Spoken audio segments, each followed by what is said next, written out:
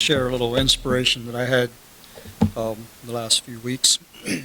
I was thinking about a verse. I was reading through Philippians, and Paul tells the Philippians to approve things that are excellent. And when I read that, I was like, so many times we just approve, is it bad or is it good? And as long as it's not bad, we approve it because it's good. But he is telling us to approve the things that are excellent. So it kind of makes me think that perhaps there's varying degrees of goodness, and that we should be choosing the best of the good and not just settle for the good. I think we could apply that to a lot of areas in our lives where we become too satisfied with just good or good enough, and we don't pursue excellence. I think if you'd ask most people about maybe just a marriage relationship, you might ask them, how's your marriage? They might say, well, it's good. But you say, is it excellent? Well, it could be better. Well, then maybe we should be pursuing the better. Maybe we should pursuing the best. And so somebody has made this quote, and I forget who gave the quote, but that the good can be the enemy of the better or the best. And the reason for that is we become satisfied with just good enough, and we don't pursue the excellence. And I think it's so true. Relationships would be one example of that. Whether it's marriage, or whether it's with our family, with our children, whether it's children to parents, or even church relationships. And so I was thinking how social media relationships, they might be good, but I think there's going to be a negative effect if that's the basis of our relationships, because I believe there's a more excellent relationship to pursue as a church family and as a family unit. How can we pursue those excellent relationships and not allow the good to become the enemy of that? And I think it's helpful for us to realize that some good things actually can become the enemy of the excellent, and that maybe we need to have less of the good and more of the excellent. So, we as a family, here's one way that we have done it, and we're still working on this. We made this commitment that at meal times, our phones are going to stay away from the table. And why do that? Aren't relationships with other people important? If my friend texts me or something, shouldn't I be looking? No, there's a more excellent thing. At meal times, we're a family, we're going to converse, we're going to try to relate together like that. We can do that in a church service. We can do that in any social event. And if it's that important to follow all our Instagram friends in a church service or in a social event, I would like to challenge us that I believe we're settling for something better than excellent. It will rob us of the excellent relationships. And so, just an encouragement to pursue those things that are excellent. Let's just read those verses in Philippians, and then maybe a couple more verses that talk about the excellence. That was found in Philippians chapter 1. And I'll start reading in verse 9. This is Paul's kind of his greeting, his prayer for the people, for the Philippians. And this I pray, that your love may abound still more and more in knowledge and all discernment, that you may approve the things that are excellent, that you may be sincere and without offense till the day of Christ, being filled with the fruits of righteousness, which are by Jesus Christ, to the glory and praise of God. We can almost say this is almost a command to approve the things that are excellent. I think sometimes maybe somebody points out a better way to do something, or a better way to do something, and we resist it because we're kind of comfortable doing it the way we've always done it. And I think perhaps this is an encouragement to examine those things, be discerning, and then make that step and approve it and say, I'm going to make this change in my life because this is a more excellent way. And even if it takes me out of my comfort zone, I'm going to pursue this more excellent way. And we can do this in our work. We can do this in our relationships. Just ask yourself the question about fill in the blank. How is your blank? And if you say, well, it's good, but could it be better? Then start thinking about ways to maybe improve that. And it's easier said than done, but I think this is almost a command for us to pursue those things. And I think it's maybe the flip side of that coin like a lot of things, there's sometimes balances to that.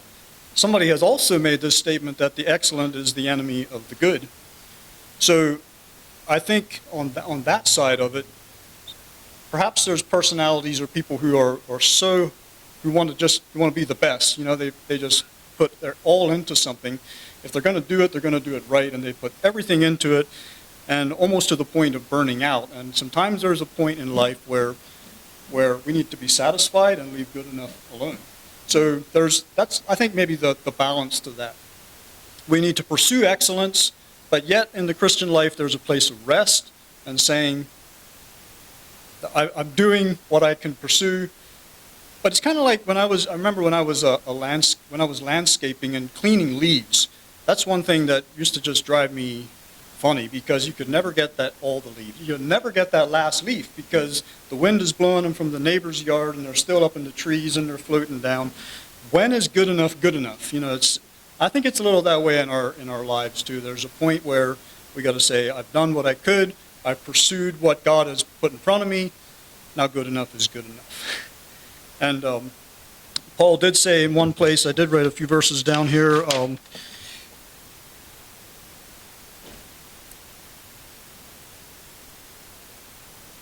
In 2 Corinthians 4:7, he says, we have this treasure in earthen vessels, that the excellence of the power may be of God and not of us.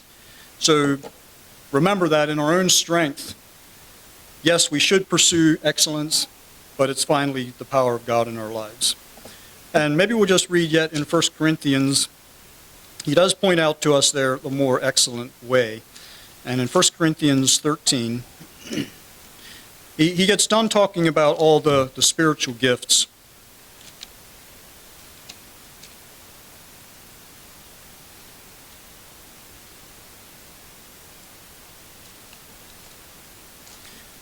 All the spiritual gifts in chapter 12, and then maybe actually starting in chapter 12 at the very end. After speaking about all these gifts, he says,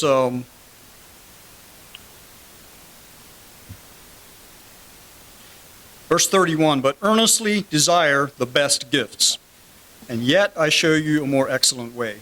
So we talked about spiritual gifts, some as brothers, and here is where I think these two laws could come into play. Number one, we might settle for something less than what God has called us to be and be content with that, but he is saying to earnestly desire the best gifts.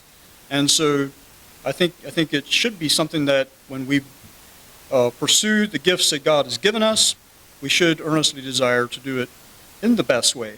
But yet he's saying, I show you a more excellent way. And then he goes into this thing about love. And so I think that pursuing love, like Paul says, all things are lawful unto me, but not all things edify. So I think about love that edifies other people as the most excellent way. And when we think about using this test to discern what's the most excellent thing in my marriage, my business, whatever, I think we can maybe apply this test. Is it a love? Does it love others? Does it build other people up? Does it build my marriage partner? Does it build my children? Does it build my relationships in my church? Does it build my relationships with my neighbors? Those are the more excellent things. He said, I'm showing you this more excellent way, and you can do everything right. You can do church right. You can have the order of the service right. But he's saying here, without love, we've missed it. And some time ago, the Lord kind of put this in my mind, that the enemy, or the opposite of love, isn't necessarily hate, but that the opposite of love is self-love. And so I think when there's self-love involved, it doesn't really matter what we're doing. It's not edifying someone else, it's all about myself.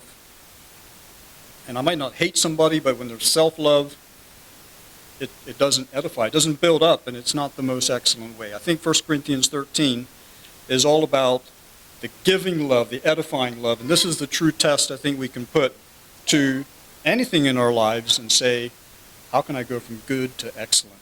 It's by doing this. Maybe we'll just read this and then I'll stop. In 1 Corinthians 13, though I speak with the tongues of men and of angels and have not love, I have become sounding brass or a clanging cymbal. And though I have the gift of prophecy and understand all mysteries and all knowledge, and though I have all faith so that I could remove mountains, but have not love, I am nothing. And though I bestow all my goods to feed the poor, and though I give my body to be burned, but have not love, it profits me nothing. Now remember, every time this says love here, we could say selfless love, or giving love, or charity, like some versions of the Bible would say. So this unselfish love suffers long and is kind. This unselfish love does not envy. Love does not parade itself, is not puffed up, does not behave rudely, does not seek its own, is not provoked, thinks no evil, does not rejoice in iniquity, but rejoices in the truth, bears all things, believes all things, hopes all things, endures all things. Love never fails. When I read that, I was like, what does that mean? Love never fails. Whether they're prophecies, they will fail. So, I mean, I don't know exactly what that means. I'd be interested in hearing your thoughts, but I guess it means that somebody could give a prophecy and the body could discern that, you know what, that's not an accurate prophecy. That could fail, but it says love never fails. Like, you will not go wrong by being a loving person, by being an unselfish person. It's going to make you the excellent person. It'll put you in that excellent way. Whether there are tongues, they will cease. Whether there is knowledge, it will vanish away. But he just gets done exhorting us to pursue these things, and we should pursue these things. But remember, without an unselfish love, it won't make us excellent. For we know in part and we prophesy in part, but when that which is perfect has come, then that which in part will be done away. I think I'll stop reading there. I guess the inspiration that I had was to not be satisfied with good, but to approve the things that are excellent.